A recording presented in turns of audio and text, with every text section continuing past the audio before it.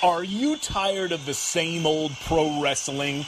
Then check out the amazing action on Powerslam.tv, the biggest indie pro wrestling channel in the world. Get over 4,000 hours of the best pro wrestling events from over 110 of the biggest names in the industry from over 15 countries around the globe. Get your free trial today at Powerslam.tv. The following is brought to you by the Social Suplex Podcast Network.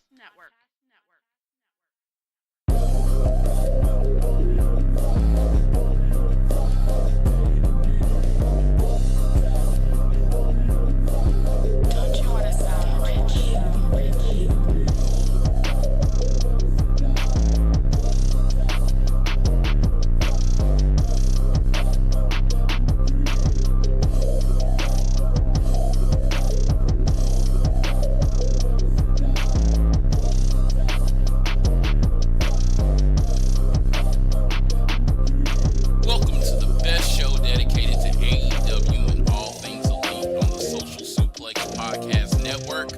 Welcome to episode 9 of All Things Elite. I am your host, Floyd Johnson, and joining me today is my special guest co-host. You may know her on Twitter as Sydney Elite. It's Sydney. How are you doing today, Sydney? I'm doing very good. How are you, Floyd? I am doing well. As some of you may know, I work overnights, so I've been up for about an hour, maybe 53. Yeah, it's not very long, which is cool. This is about the time I get up every day. And then March Madness is going on, so we're both trying to watch our teams. You said you're a Michigan State fan because you go to Michigan State, which is awesome. Yep. And I am a Florida State fan because I did not go to Florida State. I'm a fanboy, which is okay. No, but I've been watching Florida State my whole life, and so they just won. Literally, the clock just hit 0 as I press record, and so Florida State's winning. Michigan State is in a very tight game with who? Bradley.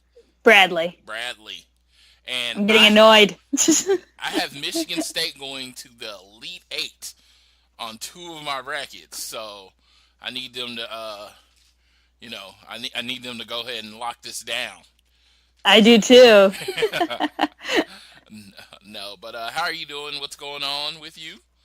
Well, nothing much. Had a quiz today that I was a bit stressed about, but now that it's over, I'm feeling really good, and now I'm just kind of going through the motions for the rest of the week until I head home for the weekend, and then I've got 2 weeks that are just going to be kind of boring weeks where I don't have a ton of stuff going on, but then I'm heading to New York, so that should be fun. Well, I will be in New York too, and we were just talking before we got on because this is literally the first time we've talked to each other. We've messaged back and forth, but it's the first time we've talked to each other. And we were both saying how, you were at, just like with Issa and Tiffany, we've been at a lot of the same places. So you were at Starcast, and I was at Starcast. You did the Kenny and Coda signing. I was in that line, right? Probably 30 people back because I was not close to the front. Getting up that Sunday morning was not the easiest thing. So, but we did get in line because we knew that line was going to be stupid. We got in line fairly early because Kenny and Coda, because I think that was one of the last signings that they announced, right? It was, they had it announced, but then they changed the day the day before. Yes. So they were now it's a day early. Yes, that's what that was the thing. I was like, something happened where everyone had to get in line really quickly, and everybody was changing their schedule, and it was awesome. And you were there, and of course, did you go to? You went to All In, right? Yep, I went to All In. I had floor seats. I personally, and this is one thing people will find out about me, I don't like sitting on the floor. It's very weird. I like sitting in the hundreds. The lower level, if you wanted to say my ideal seat, it's usually section 106 or 107, depending on the building. And if that first level off the floor. Now, if you get me in like the first row, I would be happy. But anywhere in there, in that middle seat where you can kind of see everything, I am not super tall, but I am taller. And when I sit on the floor, I like to stand up and watch a lot. I get in other people's way. Yeah. So I mean, I had the issue a little bit, but honestly, it wasn't that bad because I think we were like 3 rows back. So we weren't front row, but we were still pretty close up. So we had a really good view, and most of the time I could see just fine. I got some really good pictures and stuff too. Of course, I don't have a professional camera like Issa's. Issa's is freaking incredible, but I just used my phone, and I do know that when they did like the thing at the end of the show, I had to stand on a chair because I couldn't see. And I was able to stand on the chair until right at the very end, someone came over and said, hey, you need to get down. So I was able to see the whole thing. You can also see me in some of the videos. That's awesome. The one that changed me forever was WrestleMania 19. I am dating myself. I am telling you how old I am. I went to WrestleMania 19, and I was in the 9th row. Wow. And I wanted to see, so I kept standing up to watch, and the lovely people of Seattle kept making me sit down. So everything that happened on the other side of the ring, I didn't see until I watched it back. So, and I was like, you know what? For my sanity, especially then, because ticket, I think I paid like $800 for a ticket, and I was like early 20s. Wow. So I made like $8 an hour. So I was like, and that was a lot of money to me, but yeah, that was a significant part of my income, that $800 ticket that I missed like a lot of the show. Like when Hogan and Vince went through the table, didn't see that. Oh no. I didn't see it until like 3 months later or whatever when the DVD came out. So I am adverse to sitting on the floor. It's always the hundreds for me. I know people like to sit in the front row, and it's great, but that's just never been my thing. It's like one of my weird quirks. I try to get front row for shows, but if I can't get front row, I usually go for lower level. Honestly, I don't even remember what I have for Supercard. I think I either have really high lower level or really low upper level. One of the two. I can't remember right now. I'm in 106. I think that's what it's called. I think that's what it's called for Supercard Honor. I have like my tickets organized because, I've been doing this so weirdly long. I am a complete slob and disorganized in every part of my life except keeping these tickets and stuff in order. I mean, I have a section, I have the date, they're printed off in the order I'm going to use them. It's so weird because it's perfect. I am not organized in any other part of my life. Like seriously, my fiance sitting up here shaking her head, agreeing with me as I say all of this because I'm just that bad. So yeah, I'm like horrible. Yeah, 106 row 11. Yeah, I'm that horrible with any type of organization. But yeah, when it comes to my wrestling stuff, it's just, I've misplaced tickets. I've done stuff that has made my life really, really difficult with not being organized at all. So I've learned to keep everything in a order, make it accessible from many different locations so I don't mess up. So yeah. So it's when I started traveling, I was really young. I had never really traveled before. Like Seattle was the first trip outside of the state that I'd ever taken without my parents. So it was like scary. So it was like my first was Florida. Your first was Florida? Yeah, pretty far. Where'd you go? What was that for? Wrestling? It wasn't actually for a wrestling event. It was for, there was this, like, camp at Busch Gardens in Tampa.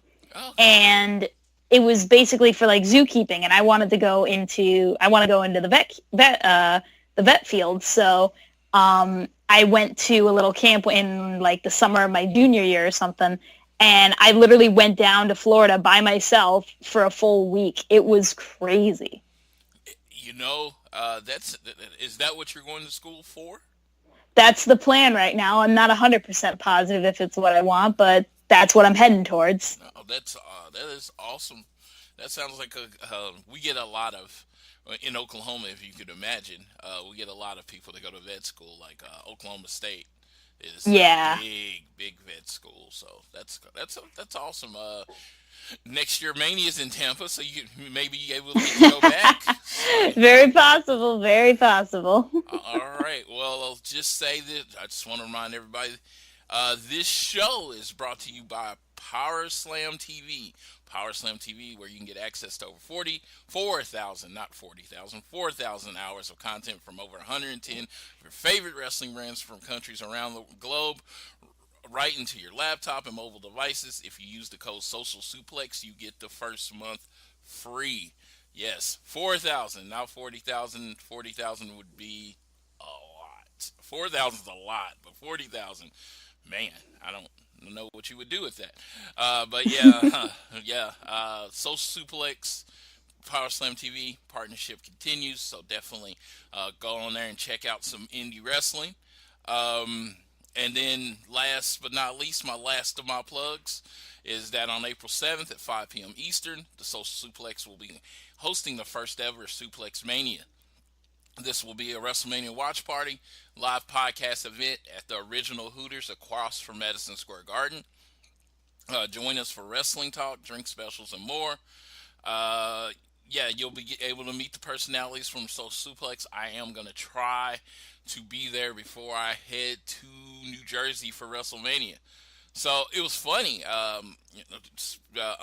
was talking about WrestleMania and the ones I've been to, and I was like, man, I kept saying like all year that New York would be the second WrestleMania where I have been in the same location for WrestleMania. But what I failed to realize is when I was at WrestleMania 20, it was in Madison Square Garden in actual New York.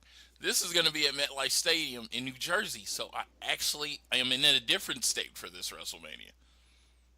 Okay. So weird. It's like he's like, because they call it New York and they keep saying New York and they're driving home New York, but it's like it's not actually in New York. It's in New Jersey. So I don't know.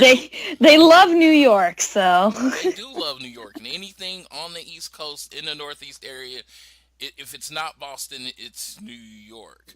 So what shows are you going to Mania weekend? So I am going to G1 Supercard.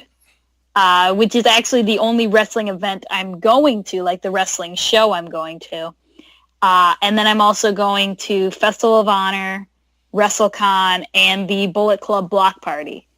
So I will be in New Jersey that day of Mania, but I will not be at Mania. I went to Mania last year, and that was quite a lot of money. I can't do that again. So we will both be at Supercard of Honor. I am doing WrestleCon on Friday. I am thinking about buying a Festival of Honor ticket just in case, because last year I met Minoru Suzuki and Minoru Suzuki and Tanahashi, and I really wanted to be Ishii, so I'm hoping that works out. But the Festival of Honor and WrestleCon are at the same time, so. Yeah. So but you can go in and out of Festival of Honor. So I'm going to try to manage my time as I usually do and try to figure out how to kind of be at both. Yeah, I usually go to a lot of access. I went to 5 last year, 5 access sessions. This year I just decided, I went to WrestleCon last year, and it was just on Sunday, and I met Stone Cold, and it just seemed like it was so much easier to meet who you want as opposed to waiting the hours in line to maybe meet one person at WrestleMania Access. Yeah. So I was like, you know what? I'm going to try something different this year. This is the 6th WrestleMania I've been in a row, and I'm just like, yeah, let's start playing with the schedule a little bit. So wow. Yeah, so I'm only going to WrestleMania Access only on Monday so far. That's the only one I'm going to, Oh, okay. unless I can get a Rousey ticket, because I've always wanted to meet Ronda Rousey. Oh, man. Those tickets went so quick, and they were stupid. I saw tickets for like $1,500. That's insane. Yeah, I was like, it's funny the gouging that goes on with the initial tickets, and I try to tell my friends, and I've told people on this show that, just wait. Just wait. I remember 2 years ago, Samoa Joe did or I think it was, I don't know if it was Samoa Joe. I forgot who did the VIP. But I'm standing in line at Access, and of course, people got stuck with tickets. And I paid like half of what it actually costs. Like, it's $175 is like the ticket price, and I paid like $80 because Wow. people were trying to get rid of the tickets. And I was like, that's what I keep telling. I know some people are impatient and they don't have they don't have the ability to do this. Some people are just buying tickets to try to make a buck. So if you make them wait, they're gonna lower the price as much as possible. Yeah. Yeah, like WrestleMania I saw some tickets for $140 last night. I mean, the tickets are dropping considerably. Oh, G1 Supercard of Honor, you can get a pretty good seat for about $90 right now. Yeah, I did see that today. I was looking, and I think the lowest price was like a $30, and it wasn't even that bad of a seat. Yeah, and that's what I was like. It's just like, just wait these things out. I mean, I'm not saying wait until you get to the door. I mean, that was one of those things I could take or leave getting it, and it just happened to drop the price, so it ended up working out for me. But I'm just saying, just wait, look at it, see the tickets come down. It's just like I've seen people pay $1,500, $2,000 to get decent seats, but not great seats, and I'm like, you can get pretty close to those seats because there's someone sitting on the ticket right now has no intention of going to the show, and they're gonna take your money, but they're gonna take less of it if that's all you have to offer.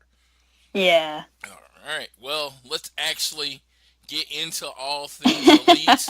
I mean, that was a pretty healthy opening of the show. Hopefully, we didn't lose anyone. We both just watched Road to Double or Nothing, correct? Yep. All right, so it's fresh on our mind. So we're gonna go ahead and cover that one first. I know we usually go BTE then Road to Double or Nothing, but you got to be flexible in this podcast world. And I wanted to do it while I remembered it because I usually take notes on these type of things, but since I just watched it, I knew I was gonna be pretty fresh. So Road to Double or Nothing starts with the Young Bucks pinning the Lucha Bros to win the AAA titles. Yeah, this happened on Saturday, March 16th at the Reyes show, AAA Reyes show. Apparently, that is a big show for them. Did you happen to get a chance to watch this match? I wasn't able to watch the whole match, but I saw like the highlights from that match, and I also saw in the shows this week, I saw some of the highlights they showed on there, but I've seen like the stuff that really blew people's mind. It looked incredible. It was a sprint. It was very much a sprint. I mean, it was high impact the whole time. I watched it last night because AAA actually posted it on their YouTube page.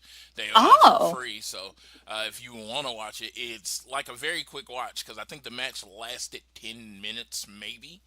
And it is funny because the Bucks call themselves the best tag team in the world, which is I might agree with that at times. During the year, I agree with it. At times in the year, I feel like other teams may be better. But there was no tagging. I'm not used to that. It was a bit weird because we're so used to like the traditional WWE, Ring of Honor, New Japan, like tag them in and then they come in, and it's not the same. It's not the same in Mexico, so. Yeah, it was everywhere. I was like, it wasn't hard to keep up with, but it was very exciting because you really couldn't focus on one side of the screen over the other because like stuff was going on, and it's funny, you see Brandon Cutler in his AEW jacket through the whole match recording the feed that they show on BTE, and it's hilarious because his looks way better than the actual shows. That's funny. It looks way clearer. So he's trying to get out the way, and he's getting them. They have the other camera guys, and he's letting them go around them. And I was like, that's hilarious. That's hilarious. You know, he's a utility guy. Brandon can do a little bit of everything. So Matt and Nick hit. Is that the Meltzer driver? Yes, that's the Meltzer driver. That's the Meltzer driver, and they get the 1, 2, 3 on Pentagon. They were very much the heels in this match. Much so. Yes. I am new. I would call myself new to the Young Bucks, like 3-4 years. You know, not very long.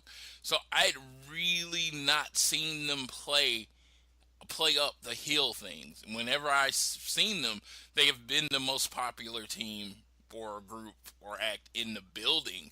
So seeing them like got the scowl on their faces playing to the crowd like we came and took your titles, it was weird. It was weird. I don't know. How long have you been watching the Bucks? Also not a very long time, probably around 2 to 3 years, somewhere around there. And I have seen a little bit of their heel work because in New Japan, the fact of the Bullet Club was always like invaders into this Japanese traditional wrestling. So they would always act like jerks at those matches and stuff.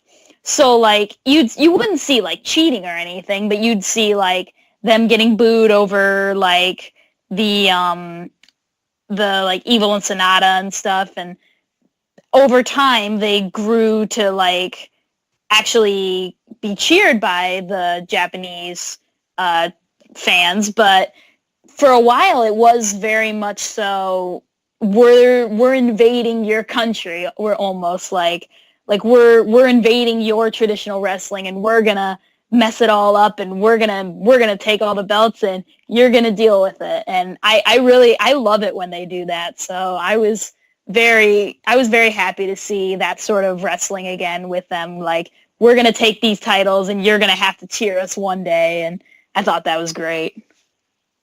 Yeah, like I said, it was very different. I thought they played the role pretty well. I thought that, it seems like at times they are cocky, so they can be natural heels.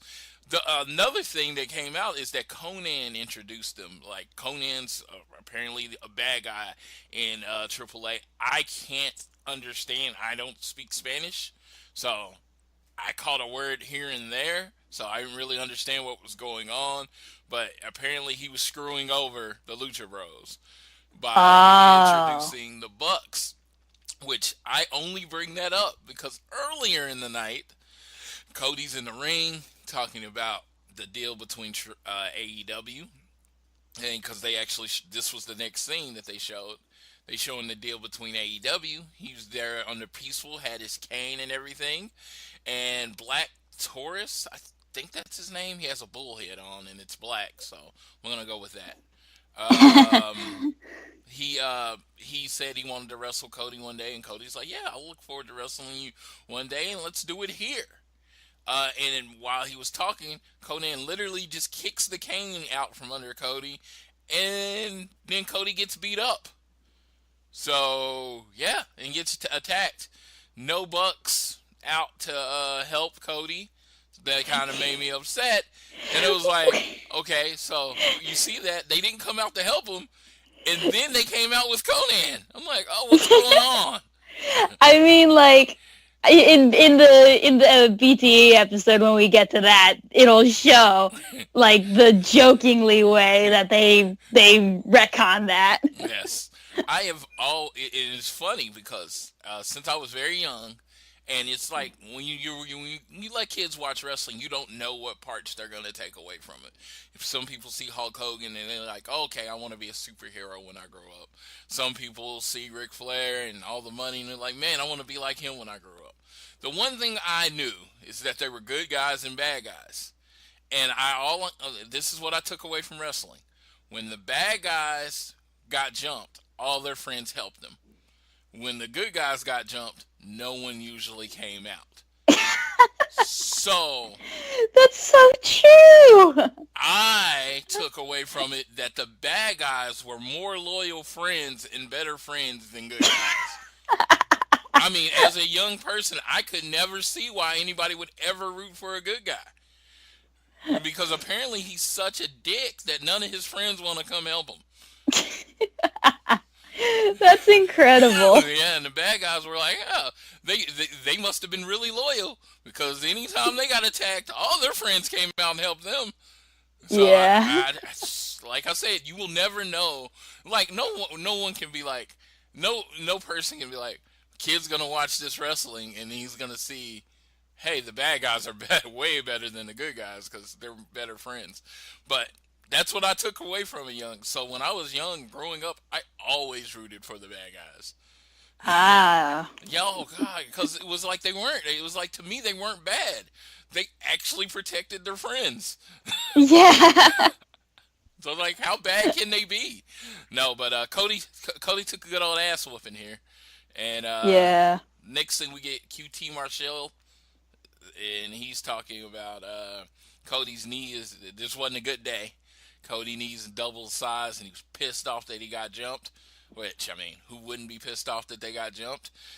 And so they're talking about that, and they have Brandy in the room, and I believe this is when she's like, business has to go on. So they say, we got a new wrestler coming in, and not in not with any big fanfare. They said, oh, we got Allie coming in to get fitted for new gear. And he's like, Allie, like Demon Bunny Allie? And she's like, do you know any other Allie? Which I don't know any other Allie, so, I don't either. Yeah, so I was a little shocked because I thought she was exclusive to Impact. What do you think of this? That's what I thought too. I was like, that was the main thing I was seeing all over. I was like, people were just being like, well, what does this mean? She's not Impact anymore? Does this mean they have a deal with Impact? Like, what is this? Like, what does this mean? And I just thought it was incredible. Like, freaking a knockout champion. That's so cool to get. Yeah, and I love Allie. I actually met her at StarClass last year, and she was very, very nice.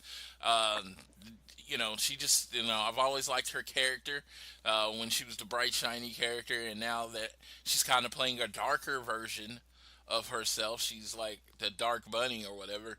I dig it. I think she puts it all into every role, and which is good. So I'm looking forward to her in All Elite Wrestling. And the big thing I ask, if we get Bunny, does that eventually mean we get Demon? It's very possible. What's Demon without Bunny? What's Bunny without Demon? I don't know. I know, but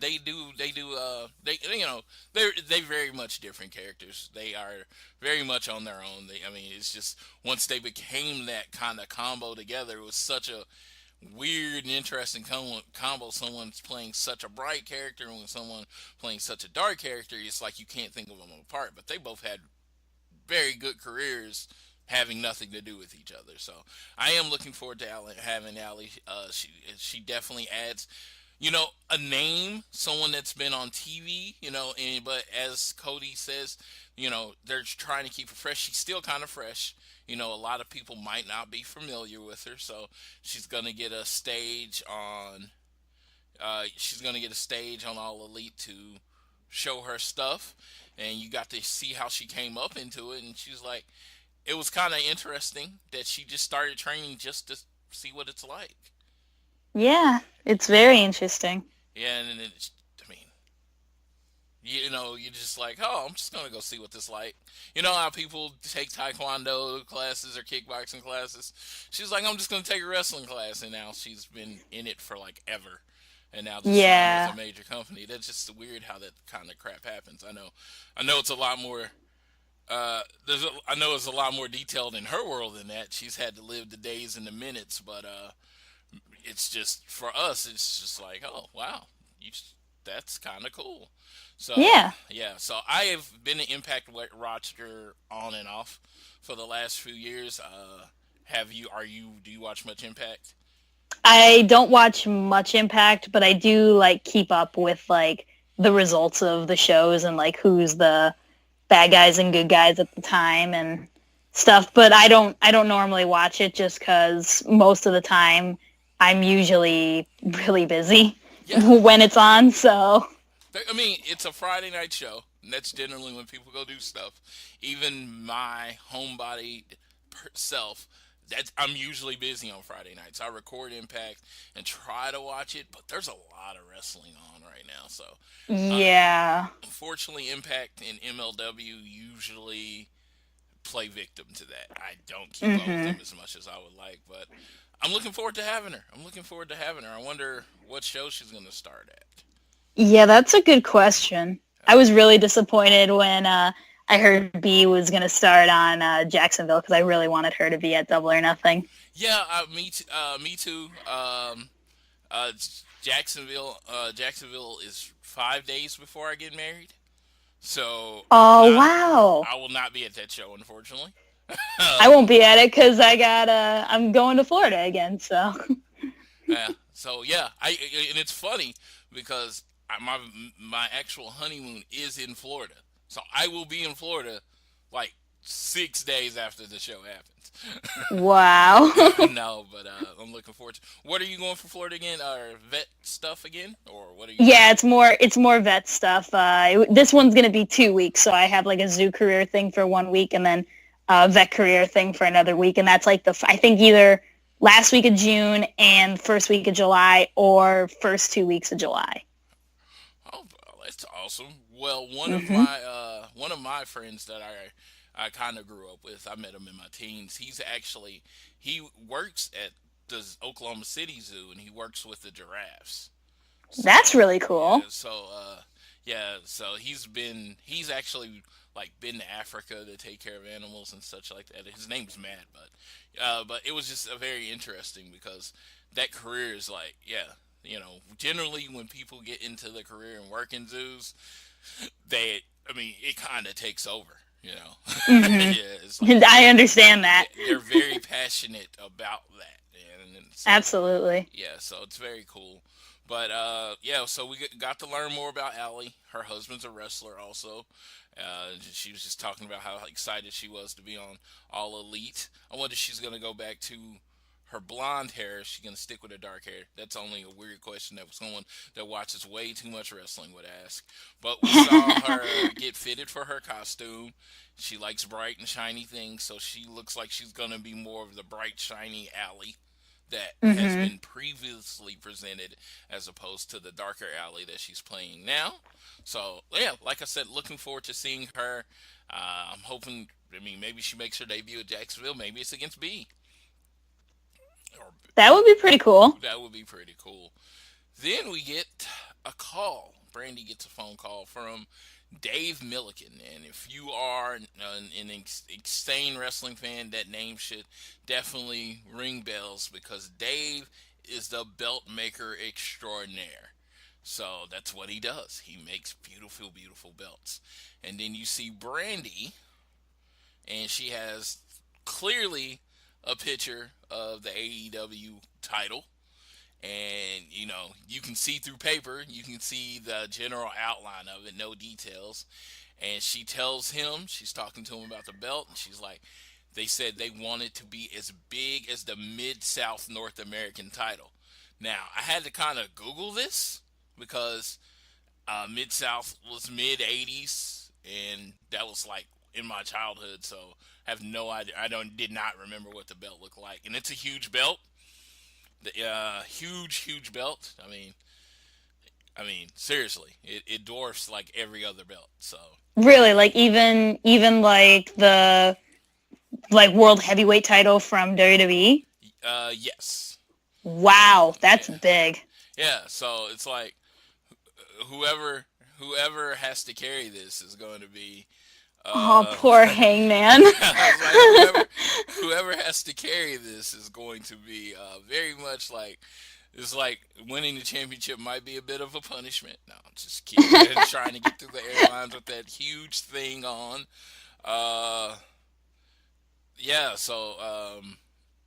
basically, yeah. So there's a big wiki on the history of that title. If anybody wants to check it out, the first winner was someone named Chuck Carbo. That's an interesting name. Chuck Carbo. That doesn't sound like a wrestler name.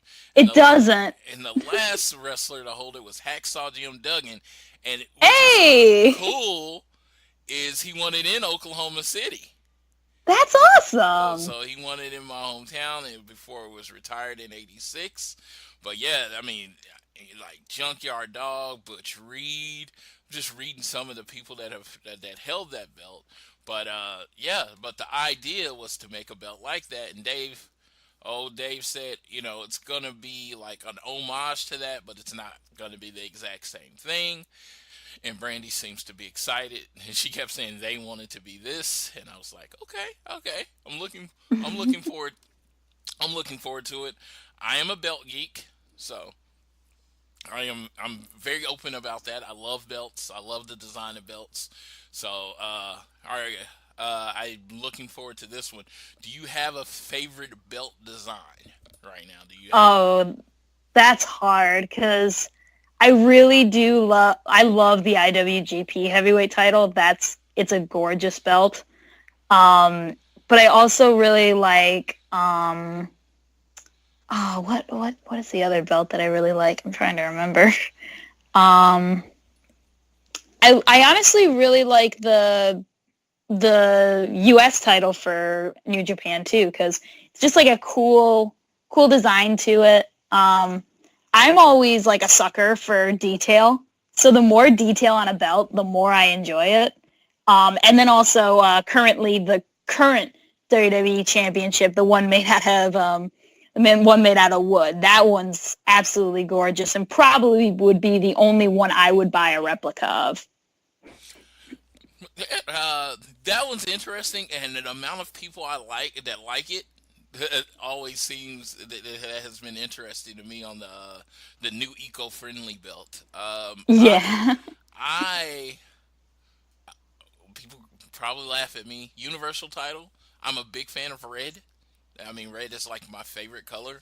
So with the universal, red's my favorite color too, so I understand. Yeah. So the universal title being being red is very big on me. But I actually probably like the Raw Women's title the best. That's probably my favorite belt. All time, it would there's an old NWA United States title. It looks a lot like the IWGP United States title, so the IWGP United States title was probably my second favorite title, just based completely on looks.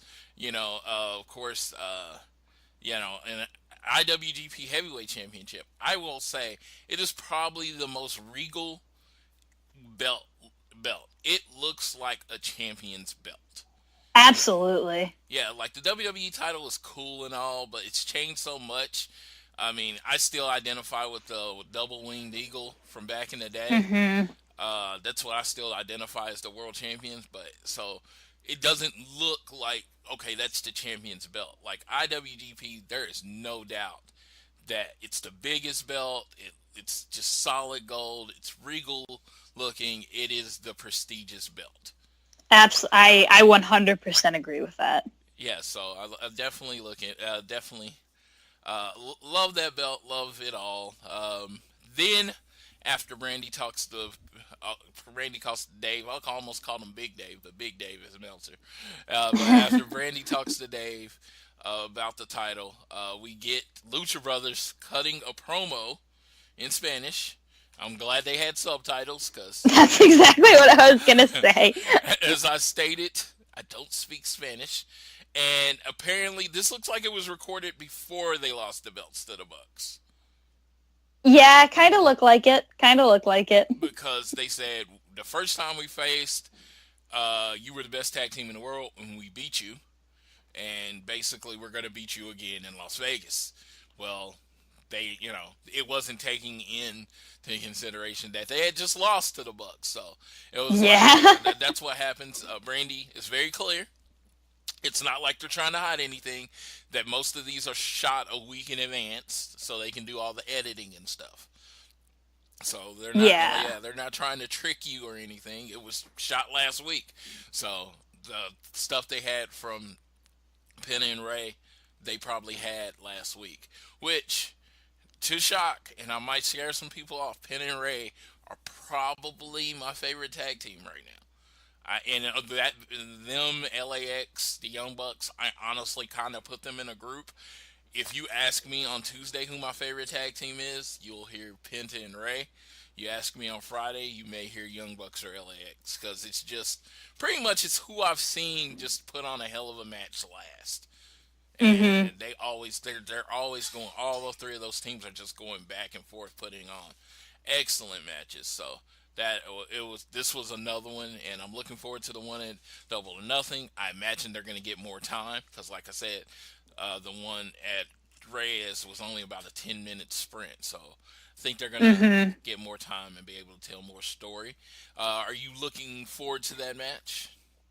I am looking forward to that match, and I do believe that there is going to be more time in that match. But I'm just really excited for it. I do have to disagree, though. I do think the Young Bucks are better than Penta and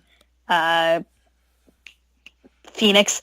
But that's because I'm also very biased. I've seen more Young Bucks matches than I have Penta and Phoenix. So I haven't seen a ton of their matches, but I know they're incredible. I really like the style that the Young Bucks do, and I'm just really excited to see how they change it up for their Double or Nothing match, and like what interesting stuff they add in, and just like how they're gonna make this probably the best match of the night, or at least compete to be the best match of the night. The thing I like about Penta and Ray is that their matches sometimes start off as traditional tag team matches. By the end, it's a lucha match. I mean, like their referee is just, he just starts ignoring the fact that no tags are being made. So I don't. It's funny because I'm a big fan of tag team wrestling. I'm a big sucker for it. So it's kind of weird when you say tag team wrestling and they don't have to tag. That's always weird to me. I'm like, that's the first word. But, they do it in a way that's entertaining. So, and I wasn't into lucha wrestling before. So what they do is kind of new to me. And it's like every time I watch it, it's so exciting. Like I said, Young Bucks, I've never seen them put on a bad match. It's never quality. It's probably just the newness of Penta and Ray to me right now. Yeah, I can understand that. Yeah, but like I said, ask me on Tuesday, I'm gonna say this team. Ask me on Friday, I'm gonna say this team. My loyalty is to the elite, so the Young Bucks are always in the conversation. But Penta and Ray, they're with all elite, so I can be like, hey, I'm kind of loyal. I'm loyal to them too. Yeah. It was a good show. It was a good show. No Cody, and me being the Cody guy, that always makes me sad because Cody. As I said last week, and I am going to reiterate this for people listening, Cody and both of the Bucks have said they will not be in New York on WrestleMania weekend. They have both addressed it directly in tweets. They will not be in New York. So I was just saying, if you're going to New York, hoping they make a surprise appearance. They're being pretty firm that they're not. So yeah. I mean, I was a bit disappointed, but I can understand like Cody's reasoning for why they wouldn't be there. Like it's their weekend. Like I totally understand that. I keep on making the joke like, well, they didn't say they wouldn't be in New Jersey. I mean, like I said, I'm a bit disappointed, but I can totally understand it, and I'm not gonna make that like ruin my trip because, God, you're seeing so much more stuff. Just because they're not there doesn't mean you have to like cancel all your tickets. That's definitely true. I bought my G1 Supercard Honor ticket assuming they would make an appearance. Like, I'm going to be 100% honest. It's not that I'm not a fan of other people in New Japan. I am big fans of a lot of people in New Japan, and I've had to kind of pivot who I root for because knowing that the elite aren't going to be there. So that's cool because it's actually made me, watch a little closer and decide on new favorites because it was just easy. I went for everybody in the elite. Now it's like, okay, now like I've kind of started focusing on Shingo Takagi and ZSJ, and it's like, okay, it makes me enjoy it in a different way because their styles are different. The way they present is pretty different. So, but just wanted to remind you, they won't be there. So, if that's your only reason for going, you're going to be disappointed. There are going to be a lot of people from AEW there that weekend. The Lucha Brothers will be there that weekend. I think Joey Ryan, Allie, definitely. I mean, Allie, because Impact will be there. Kylie Ray is going to be there. I believe MJF definitely. Nyla Rose. Pac, definitely Pac. How can I forget about Pac? Excited about Pac. I actually met him as Neville, and it was funny because when he was Neville and there was a line, I didn't even want to meet him. My friend just happened to already be in that line, so I just kind of jumped up and I was like, it's Neville. Now it's like he's one of the hottest wrestlers in the world, and it's like, oh, I can't wait to see Pac. It's like, it's funny how your emotions for a person can change. Absolutely. I'm going to meet a lot of legends, so hey, again, it's definitely something that you can look out for. There's going to be people there that, like me, I've only seen like 2 Kylie Ray matches, and that just happened to be after she signed. I went and found 2 Kylie Ray matches to watch. So, so that'll be interesting. But I get Cody saying what Cody said about it being no matter what, there's a WWE connotation on it. Call me whatever you want, but that's exactly it's the same thing I've said many times. It's like, if it takes you being close to WrestleMania to sell out, to me that's WrestleMania's sellout. That's not yours. Yeah, I have to agree. Yeah, but All In, that was their sellout. Double or Nothing, that was their sellout. They are they're completely nowhere near WWE events on those weekends. People flown in just to see them. That's their sellout. So I get exactly what Cody's saying. Also, this week Cody actually sent out a tweet. There had been news that he had been trademarking names like Bash at the Beach and different WCW names, and everybody was like, oh, maybe AEW is going to be using some of these titles as for their show names, but he wanted to be clear that's not the case. He's just trying to get some of the properties that his dad created back. So he's like, just because he gets that trademark doesn't mean that it's eventually going to be an AEW show name or pay-per-view name. It's just something personal that he's doing on his own. So I mean, the tweet he made before that tweet was literally Bash and then a gif of a beach. So I'm almost positive he's going to use that one. Yeah, and you know what? And that'd be cool. That'd be cool. It was just very interesting that it was very interesting that he went out of the way to say he said most aren't intended for AEW. He didn't say all. Yeah. He said most. He said he's claimed about 50 over the last few months. He's just trying to get some of his dad's cattle back. That's the story.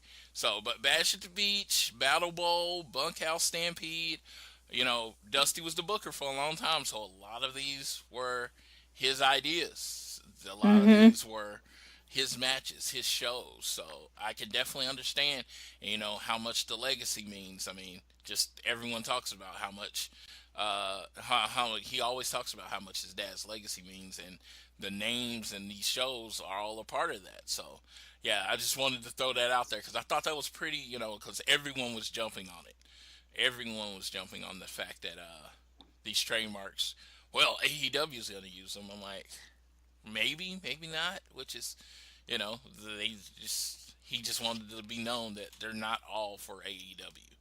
So, which I think is absolutely cool. I was around from when most of this stuff was initially announced and created, and it was just cool. It was stuff that we Bash at the Beach. I remember Bash at the Beach. I believe it was the first one.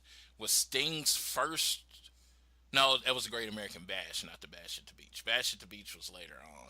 I know Bash at the Beach is where the NWO was created. So. Yeah, I think, yeah, that sounds right. Yeah, it was like Bash at the Beach '96, where Hogan turned. It was like one of the biggest events ever. So it's funny that WWE wouldn't keep that trademark, even though they wouldn't want to use it. But it was such. Yeah, you would think. Yeah, it was such a monumental and huge moment in wrestling.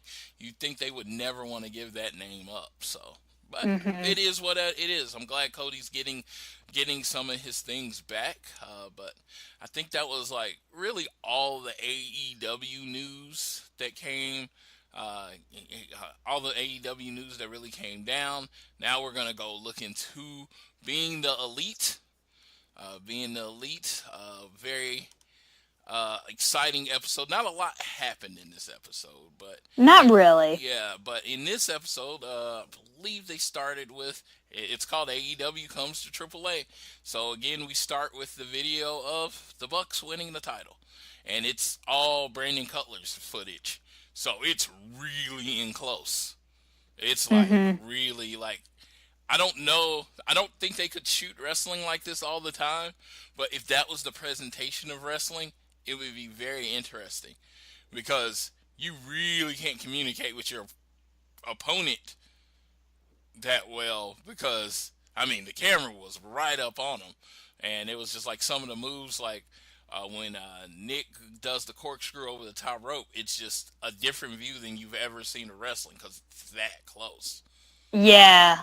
Yeah, so yeah, I thought that was interesting about it. It was just very, very up close, very crisp. Yeah, very crisp. And you see, the Bucks. They are at LAX airport, and they say Cutler's gonna be with them, and that they're got their passport because they're flying to Mexico. And yeah. So it's funny. Is it? I don't go to the West Coast like at all. I've been to California like once. And they're wearing hoodies at a LA airport. Doesn't it seem like it's hot for that? I don't know. Well, since it's kind of in between, it was in between winter and spring. It probably was still a bit chilly there for them. Yeah. I'm sure if me and you went there, we'd probably think it's hot. Yeah. Like extremely hot. But with how much LA people are used to it, like I only went in the summer, but I can understand like they're not used to like weather under 60 degrees. So yeah, I was looking at the trip for New York because I keep bringing it up because I'm very excited about it. We're less than 2 weeks away from me. I am too. Yeah, and it was like, oh, it's gonna be 50s and 60s the whole time we're there. I was like, oh, it's warm. I might bring a jacket, maybe, because maybe it's cold in the morning. But I mean, 50s and 60s is like warm to me. I guess. Yeah, I agree. Yeah, I mean, of course you agree. You're up there in the frozen tundra. And like, yeah, freaking, we had like negative 25 wind chills in January, and I hated it. Oh my God, man. Yeah, bundled up. I would refuse to leave the house if it's that cold. It's crazy. But as we're going through the show, we get them. They're eating. Like I said, it was a lot of leading up to the match in Mexico, and then we get to the SCU. A guy comes up. I don't know who he is. He has really multicolored hair. Do you know who he is? I do not know who he is. But he asks for advice, autograph. SCU basically blows him off. They don't have time to do this. And he's like, maybe after a few years and you mean something and you matter, I might watch your match. Kaz was very good at playing a dick. But these guys have changed. The signing with AEW. That's what Noelle Foley said, who made her first appearance on Being the Elite. Yeah, she on her cell phone and she's shaking her head. These guys have changed. Yeah, it's funny because, Noelle is kind of like a wrestling personality that doesn't wrestle, which is awesome. She's everywhere. She reminds me a lot of Alicia Top, but like just without the interview. She's more of just a fan. Yeah, she's more of a fan and she's everywhere. And, Alicia's awesome. Yeah, I met her at StarCast. She was the greatest. I did too, and I found out how to pronounce her name because I'm an Oklahoman, and we put the emphasis on the wrong syllables sometimes. So I was calling her a tout. She reminded me it's a toot. She let me know, and I was like, "Oh, cool." So yeah, but she was very nice about it. Very Canadian about it. So. Yeah, I didn't know she was Canadian, or I would have known it was a toot, because it's like a toot. No, but that's great. Yeah, so we get Jericho has left both the Jacksons messages and has told them there's only so far that they could go as a tag team. That both on different messages were the real stars of the teams, and maybe singles was the way to go. And this is funny because what was it, like a year ago? They did pretty much a similar thing with Cody. Almost the exact same thing. Yeah. With Cody trying to break up the teams. But in this time, they kind of told over the few episodes, they told each other. But this time, they seem to not tell each other on it. Yeah, they didn't tell each other, and that kind of made me nervous. So this leads to an idea that someone said is like, I've actually heard on a different Elite podcast, because I do listen to other Elite podcasts because they're really good too.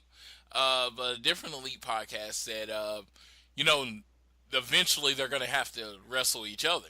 No one wants to see the six of them just being friends. And I'm like, my whole thought process was, if you bring in enough talent, they really don't have to fight each other. If you bring in enough talent, you could keep the stories fresh. But this seems to be leaning towards the other way. I would love to see Nick and Matt in a match against each other. I'm pretty sure in their backyard or somewhere it's happened again. It may have happened somewhere popular. I don't know. I don't know if the match happened. I didn't even Google it because, if it does happen, I wanted to see it. The first time I see it, I want it to be at AEW. Yeah, I agree. And from what I've seen, like from the little videos they showed on that, and on a previous Being the Elite episode, when they showed the little videos, it looked like most of the time it was Matt versus Nick. Yeah. It didn't look like they actually went into being a tag team until they actually started at other companies and like that sort of thing. So, Sydney, let me ask you, when are you making your librarian video? I don't know. I don't know if I'm gonna make one because I'm still in college. How the heck would I get on Being the Elite? Because I still don't even have a car yet, bro. I'm not even 20 yet. So this was very funny. They sent a text and they was like, even we can't get this over. They're joking about no one can get this over. And then this is so stupid. Yeah, this is so stupid. Then they break in that they're looking for someone to play the character of the librarian, and they want 60-second videos sent to the all elite Twitter. Definitely. So people, I've been seeing submissions. Our good friend Tiffany did a submission. And then the woman of 1,000 faces, Leva Bates, did a submission. I've seen quite a few different ones. Aaron the Cigar Guy did a submission, which I very much enjoyed. Yes, Aaron the Cigar Guy did a submission. Tiffany's submission had, at last check, I think it was yesterday, like 12,000 views. So yeah, hers and AJ Awesome have the most as far as I know. Yes. So what I'm going to do is I'm going to keep, when I see the videos, I'm going to keep retweeting them. So definitely check out the @AT Elite Pod Twitter. Because I'll keep retweeting them out. I've watched seriously all of them, it feels like, but I probably haven't watched all of them. I've probably watched like 20, but it's the people I know, the people that I see on the pages quite a bit. So it should be fun. I mean, from the ones I've seen, Leva probably makes the most sense since she's a wrestler. Yeah. She plays the character, but dude, Tiffany's at every show anyway. Might as well throw her in there. Yeah, seriously. I have always said, like, ever since I first started talking to her on Twitter, which was before All In, so I've only known her for about a year. But ever since, like, I met her there, I'm like, oh my God, she needs to work there. Like 100%. She needs to be either their social media person or their public relations person or just something where she can like promote the show more and like, just like, I think she's incredible at it and I want her to get a job there so badly. She is an amazing spokesperson for Absolutely. AEW, the Elite, when they were the Bullet Club. She's always letting you know when the events are happening, when to go. She's very positive about everything. I'm just like, they should give her the official title, Heart of the Elite. You know, it's just the title, because she literally, you know, she pretty much, if you know nothing about it, she'll let you know any information you need to know. So we're over here putting her over. So yeah, pick her. Yeah. Pick her. No, pick her as the librarian. Pick her as the librarian. She's definitely awesome. We get to the backstage and we see Cody getting jumped, and we see why the Bucks didn't come help him out. They were on their cell phones. They were staring at their screens. They never saw Cody getting beat up. And they're just showing in the background just the TV of him getting all beat up, and they're just like looking through their phones. The match just shows Nick something.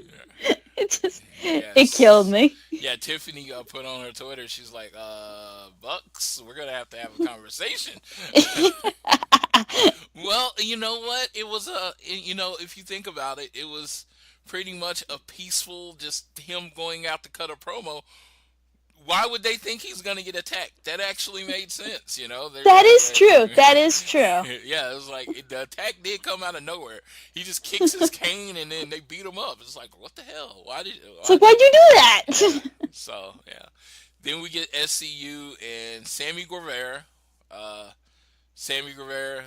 This has been one of my... It's like a subtle segment, but it's my favorite. How he's nice to everybody, but everybody thinks he's a dick. And then at this one, he tries to catch food with his mouth. He's having fun. He's even got the Rey Mysterio hoodie on. I love that. And he leaves, and he's like, "Man, he seems like a good guy, salt of the earth." And then he was like, "But he's not from SoCal." And he's like, "Fuck that guy."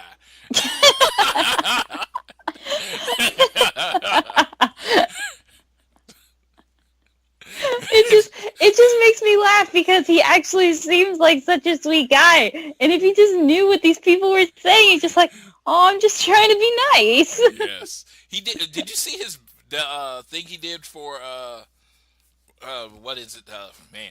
Why am I thinking Full Gear Challenge, where he did the backflip? Yeah. And then I was like, I think they showed that in being the Elite. I think they showed it. He was like, he did a backflip and then he was doing wussy weights. Yes.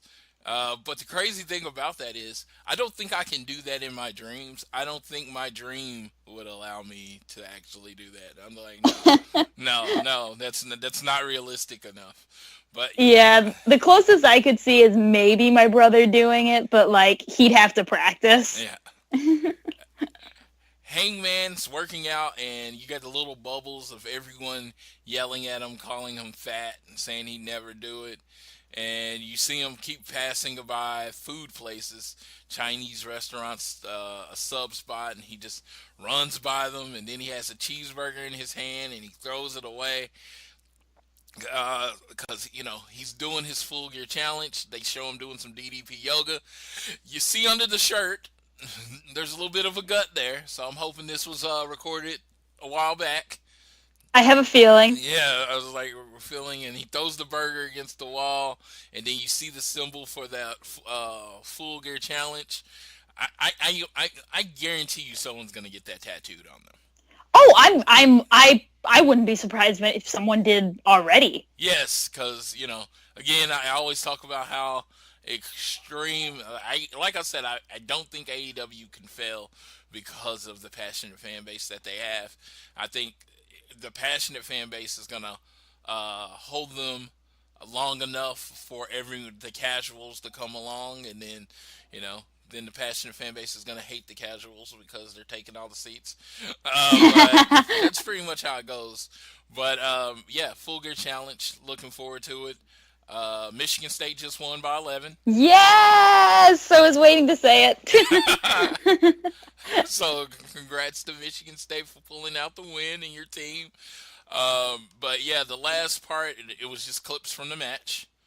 We got clips from the match. The Young Bucks bring home the tag team titles. I think it was Matt that said he brought back some things from Mexico, and then under all the things was the AAA tag team belts. Yeah. Yes. Yeah. And then we get to the last scene. Well, technically it's like one big thing, and it's Jimmy Havoc talking to Kip Sabian, and they're talking about how they should introduce themselves to apparently MJF, and Jimmy Havoc's having none of it. And I want to meet Jimmy Havoc. He seems so funny. Oh yeah, Jimmy Havoc. From every person I talked to, is like, if you ever met him in a bar and didn't know he was Jimmy Havoc, you would never know he was Jimmy Havoc. He's so down to earth, just talks to everybody like they're normal people, and it's just like you wouldn't know that he's pretty much been on every like major wrestling program in the country. He's a hardcore deathmatch guy. You know, you would know. That's how I know him. Yeah, longest reigning Progress champion of all time. That's how I know him. And you wouldn't know anything about him because he's very unassuming. He's just kind of, so MJF comes in, runs him down, does his MJF thing, does his Cody thing, and then you start seeing Cody. He's recovering from the injury. He's cleaning out his ear.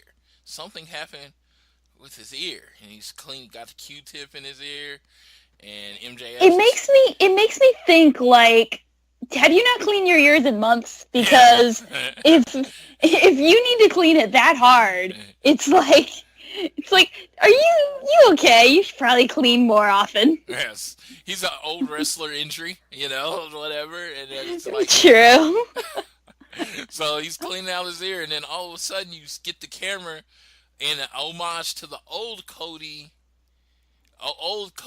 pic where he has the hand up to his ear.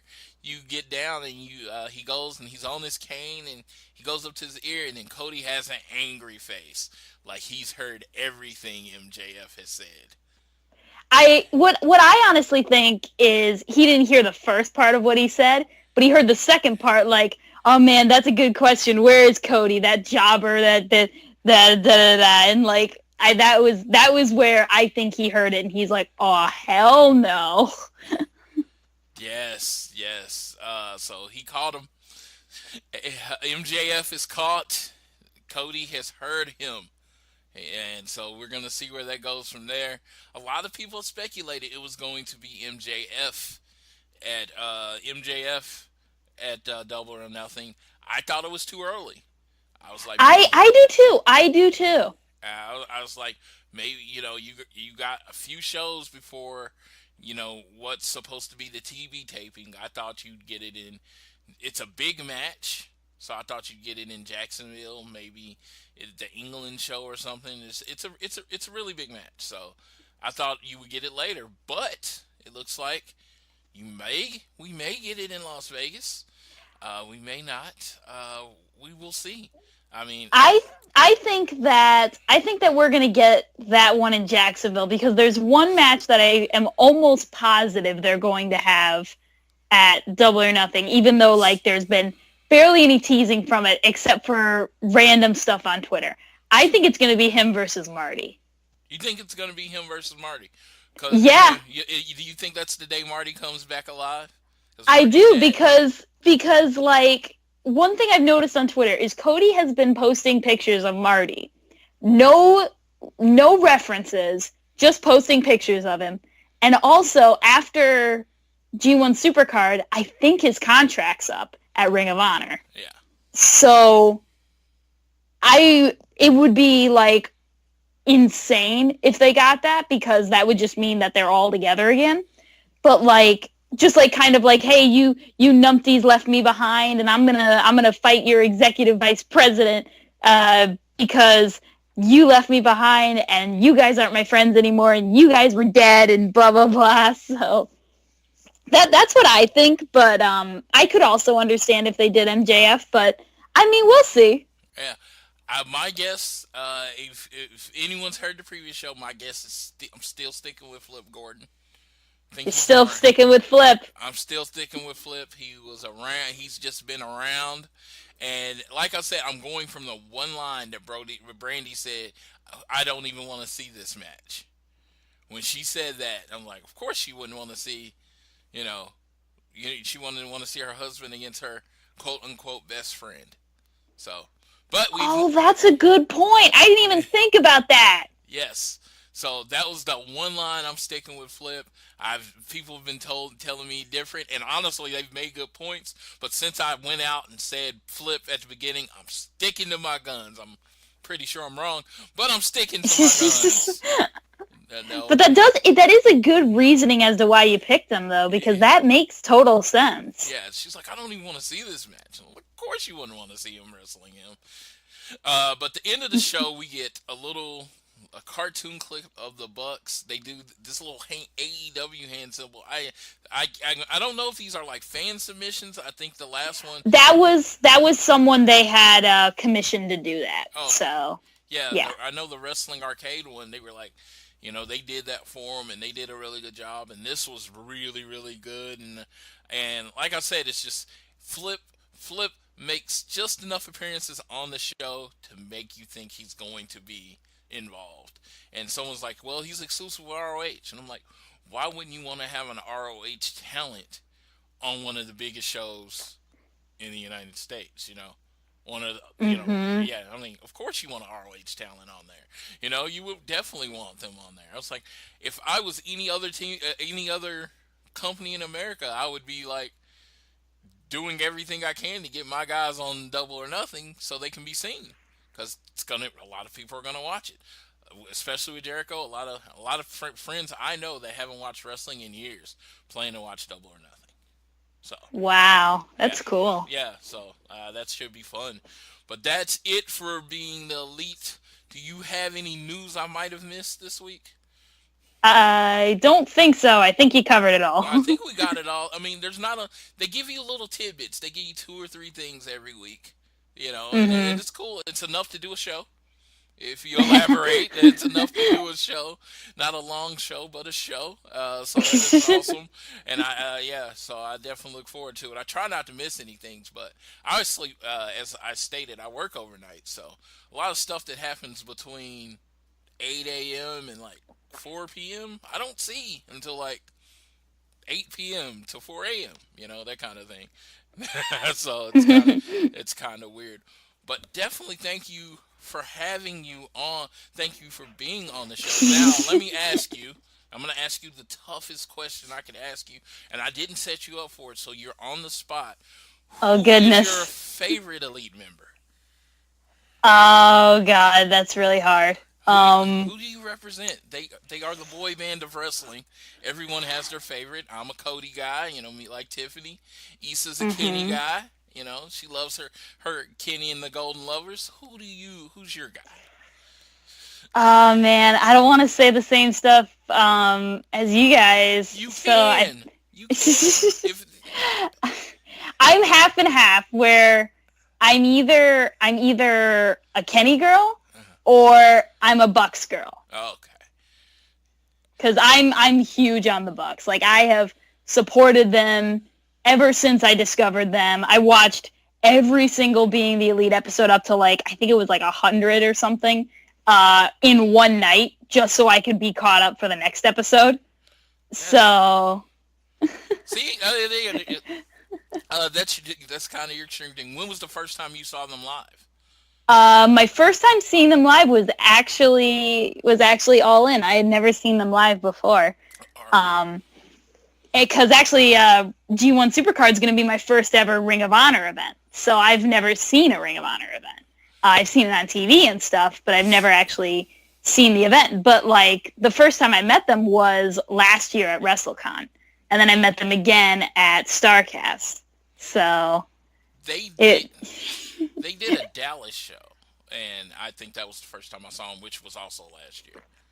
Ah, okay. I had actually met them twice before. They came, there was something called Oklahomania, and they just came in and did a meet and greet. They were there for an hour or two. No one knew who they were, really. I mean, they got sat down, they had their initial 20 people, and then they were just kind of sitting there not doing anything. No one knew. I mean, can you imagine that? No one knowing who the Young Bucks are now. I can't imagine that now. Yes, but yeah, this was what 3 years ago. It wasn't even that long ago. Like we went up. They were charging like seriously like $5 for a picture, $5 for an Wow. autograph, and it wasn't. Yeah, it wasn't. And like I got like a Young Bucks fan. It was a fan, and then they signed it, and I got a picture with them and our friends, and it was like. If I only knew, I would have stood there for an hour just having them sign stuff. But I wasn't really familiar with them. And then they did the thing in Chicago. I believe your brother was at that. Were you at that one? The one where they just did the meet and greet at Pro Wrestling Tees? Uh, the one where they did it at Pro Wrestling Tees. I was not at the one where they did it at Pro Wrestling Tees. Yeah, I followed you on Twitter from my other account, and then I saw your brother's, and his picture was that. And so we were at the actual same. He was at the Chicago thing, and I was there too. Oh, yeah, he went and met Punk. That's who he met. Yeah, and me and him were at Punk. And that was during. Oh, nice. Yeah, I was at Pause. I wanted to meet Pharaoh. Yes, I was, and it was funny because me and my friend Ryan were actually first in line for Punk, and then this other guy walked up and was like, "You can get in front of us. We didn't care." It's like, what's your first? Between first and seventh and 12th and 20th, it really doesn't matter. You're still pretty far at the beginning. So yeah, no, but we met. So yeah, I was at there with your brother, and then I was at the Being the Elite thing. Yeah. So when they did when you say the Being the Elite one, do you mean like? It was in October. It was Marty, Paige, all of them were there. Oh, okay. No, I was not there. Yeah, and I did that meet and greet, and that's awesome. Yeah, I literally, and this was my first Tiffany-esque thing, and yes, I'm using Tiffany as a verb. I flew into Chicago that day, went and met them, and flew back to Oklahoma City that night. I mean, I was almost like, because since I'm in Michigan State, I was so tempted to just be like, hey, Austin. Austin's the name of my brother. And I was like, hey, Austin, we are not far from Chicago. How would you feel about driving down to Chicago just to be there Saturday and then leave Sunday? Yeah, it was crazy. It was crazy. It was crazy how many people were there. That was the first day that I really, really appreciated how popular they were. Mm-hmm. Because there was so many people there. So many people. Like so many. And like the Pro Wrestling Tees, definitely signing up with them, doing a partnership with them was like the smartest thing ever. Because for sure.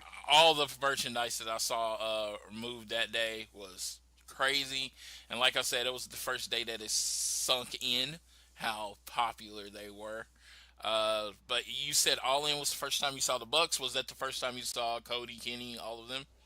Yeah, well, I had seen Cody like on WWE and stuff, but I had never actually seen him like live at an independent wrestling show. So All In was the first time I saw him, and my next time, because I wasn't able to get the Chicago con tickets for this weekend, will be Double or Nothing, where I will be with VIP tickets, because that was literally the only thing we could get, because we were freaking out. We thought we weren't going to be able to get tickets at all, because we looked, and as soon as we got in, because that waiting room took so long on the pre-sale day, we were just sitting in that waiting room and didn't get in. So it was just like, oh my God, what are we going to do? So my brother was just like, look at VIP and see what you can find.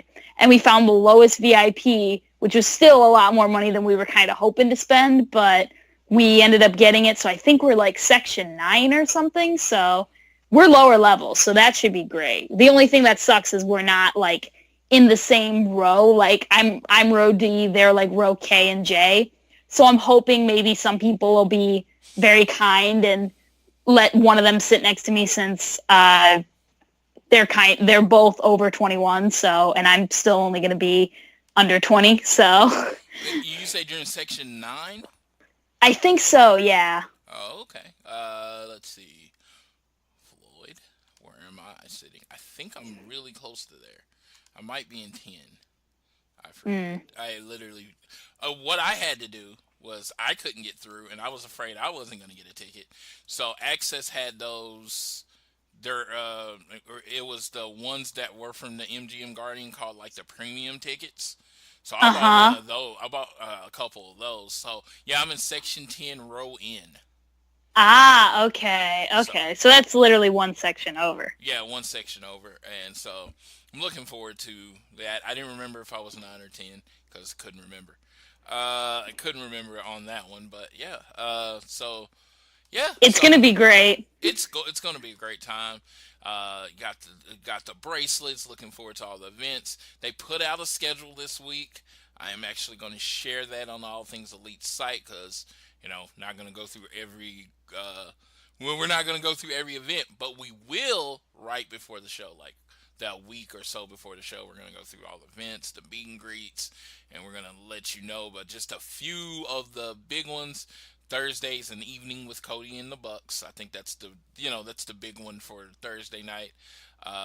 Then Friday for me the big one is Arn from 2:30 to 4. It's just called Arn. So I'm looking forward to that. I'm a big Arn Anderson fan. There's apparently a roast that night, so I'm looking forward to that. Yeah, they haven't said who it is though. They haven't said who it is. Saturday the big thing will be the sharpshooter, Bret Hart in his own words, and then they will be closed for Double or Nothing. And then Sunday, I think my biggest thing, Lita's panel on women's wrestling. That'll be cool. And that's for 12 to 1:30 on Sunday. But they have different events every day. They even got one called We Can't Announce Yet, and that's Sunday from 4 to 5:30. So, like I said, I'm going to go through all the events, talk about the ones I'm going to be in for, because a lot of things are happening at the same time, which is cool because now you have to pick, so that's really good, and they won't be overly crowded. And you said you'll be there. Did you get a gold bracelet, platinum bracelet? Which one did you get? Platinum. Platinum. That's the only way to go. That's the only way Absolutely. to go. It was such a good value. I did it at StarCast. It was such a good value.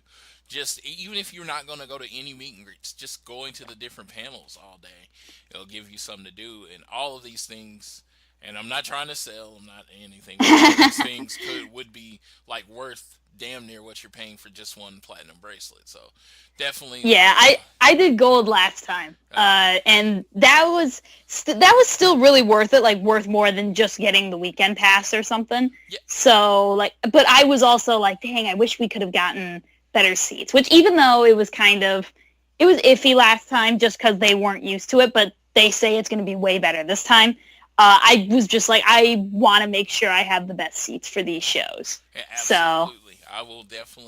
You will definitely see me at the front, Arn, and I actually get to see you in New York. I'm excited about that. Well, like I said, we'll be at WrestleCon, probably Festival of Honor, and the G1 Supercard show. We'll be at all of those things at the same time, so we will get to meet. And I'm like it's like really exciting because, I always look forward to my next event, but we got so much coming up. It's like we got the WrestleMania in a couple weeks, and then we got pretty much StarCast and Double or Nothing like a month after that. For me, I got the NJPW show in Dallas because it's like right down the street from me, and then I get married 12 days later. So these next 4 months are like going to be the busiest 4 months of probably my life, and then I end it with a wife, which is awesome. That's incredible. That puts up with me recording wrestling in the middle of the day very loudly. You will meet me and you will find I am not a quiet person. I'm not either. I'm not a quiet person. Everyone's my best friend. So, no, but again, I thank you for having the show. Thank you for joining me. I enjoyed this. I hope you would be, if you have time, that you would do this again.